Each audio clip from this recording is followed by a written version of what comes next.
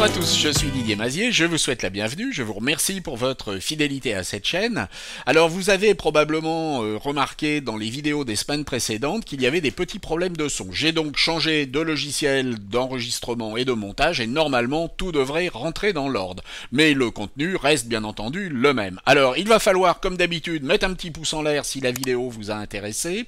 Et puis ensuite je vais vous demander de vous abonner et d'activer les notifications. Mais surtout de partager ces vidéos sur tous les réseaux sociaux, sur LinkedIn, sur Facebook, sur Insta, sur Twitter, sur Twitch, TikTok, Snapchat et tous les autres. Cette semaine, nous allons nous intéresser aux Neural Filters et nous allons voir comment, avec cette image qui n'est pas terrible, même si techniquement elle est très bonne, nous allons pouvoir créer quelque chose de beaucoup plus créatif et de beaucoup plus fantasmagorique. Ça va être assez rapide, ce n'est pas compliqué du tout et vous allez voir que c'est à la portée d'absolument tous les débutants. Mettons-nous au travail dès à présent. Nous allons bien entendu commencer par convertir notre arrière-plan en objet dynamique et une fois que cela va être fait, nous allons aller dans le menu filtre et nous allons aller dans les Neural Filters. Les Neural Filters sont des filtres qui peuvent s'appliquer directement sur votre machine mais également qui font référence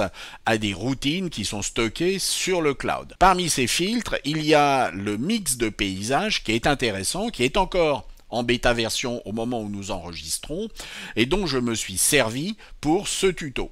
Nous allons donc cliquer sur par exemple cette vignette. Il va y avoir un calcul qui va se faire sur l'appareil. Nous allons pouvoir contrôler ensuite ce qui se passe avant et ce qui se passe après. Nous avons donc un aperçu des changements en temps réel. Et nous allons pouvoir modifier l'intensité de notre filtre, c'est-à-dire la façon dont ce paysage va être mixé avec notre paysage original. Nous pouvons également intervenir sur des valeurs qui peuvent être de modifier la notion de jour, de nuit, de coucher de soleil, de printemps, etc. Nous pouvons également demander à conserver le sujet, c'est-à-dire une fois qu'un objet aura été détecté, de faire en sorte que cet objet ne soit pas mixé. Et vous voyez qu'actuellement le mix n'intervient pas sur le parapet du pont. Alors personnellement, je pense qu'il est plus intéressant pour ce cas, de ne pas conserver ce sujet. Et vous allez choisir le type de sortie. En l'occurrence, un filtre dynamique nous va tout à fait. Nous allons faire OK. Et vous voyez que notre résultat est particulièrement probant. On peut également s'amuser avec, dans le menu édition, demander le remplacement du ciel. Notre ciel ici est un petit peu trop neutre, et nous pouvons le remplacer par des ciels que vous allez pouvoir choisir dans le cadre de ce filtre. Et nous nous trouvons maintenant avec un groupe de remplacement du ciel et nous avons également notre filtre dynamique. N'oubliez pas qu'il y a un masque et que vous allez pouvoir avec le pinceau et bien entendu du noir, aller masquer les parties où vous ne voulez pas que ce filtre s'applique.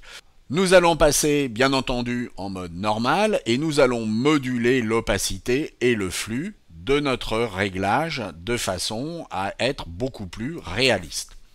Au final, vous constatez que tout cela est extrêmement rapide et puis surtout est très fun. Donc vous allez pouvoir vous amuser avec des images en mixant des paysages et puis en changeant le ciel de façon à créer des images qui certes ne vont pas représenter la réalité mais vont pouvoir vous permettre d'exprimer toute votre créativité. J'espère que cela vous a intéressé et puis je vous dis à la semaine prochaine. Au revoir.